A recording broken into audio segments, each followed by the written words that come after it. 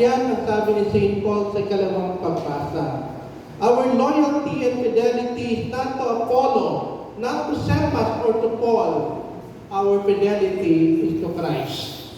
If we are one with Christ, then we dispel the darkness of segmentation. We dispel the darkness of isolation.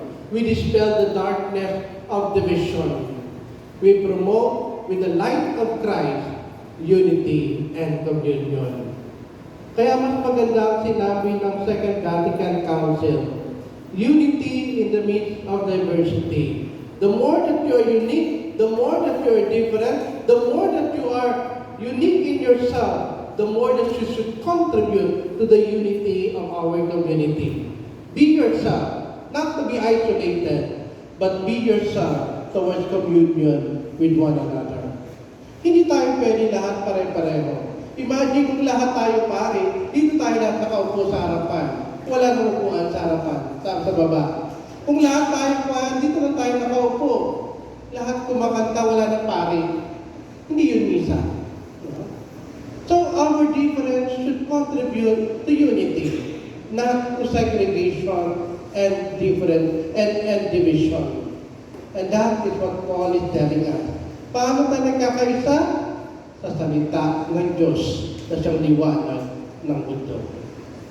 That even in our gospel today, we talk about the calling of the first disciple. And Jesus go back to the Galilee of the Gentiles. No? It's a place where people are unpredictable. But in the midst of that place, Jesus called his first disciple to remind them that in our life, it is not just about flowing with the water or swaying with the wind. It is about making ourselves more valuable and in a deeper meaning of our life.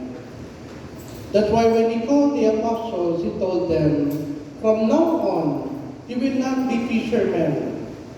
You will be fishers of men. And that's why when you're called to the servants of God Catholic community, when you profess your commitment right here before the Lord, you are called not to be fishermen, but to be fishers of men. You are called not just to be good, but to be a better Christian every day. You are not called just to be ordinary, but to be extraordinary in our life of holiness with God.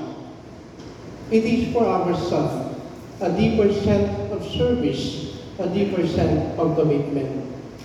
Huwag po tayong pabanding-banding lang sa buhay. Wala tayong patutunguhan.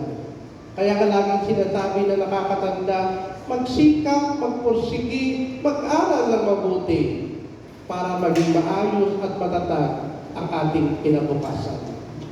Same thing with our life as religious. Same thing with our life as a community. Don't rely and be contented with what is ordinary. You are not called to be fishermen. You are called to be fishers of men. You are not called to catch fish, but to bring people to the community and be fishers of men.